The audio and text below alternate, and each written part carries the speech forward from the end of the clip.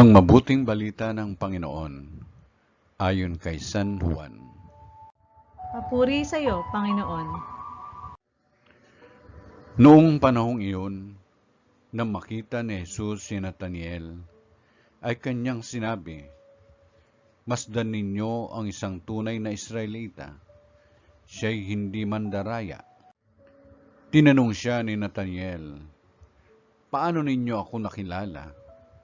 Sumagot si Jesus, "Bago ka pa tawagin ni Felipe, nakita na kita nang ikaw ay nasa ilalim ng puno ng igos."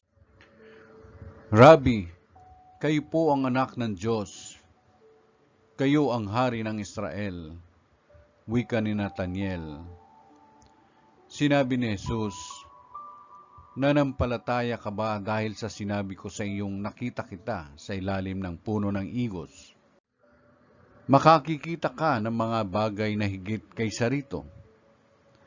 At sinabi niya sa lahat, "Tandaan ninyo, makikita ninyong bukas ang langit, at ang mga anghel ng Diyos ay manhik manaog sa kinaroroonan ng anak ng tao."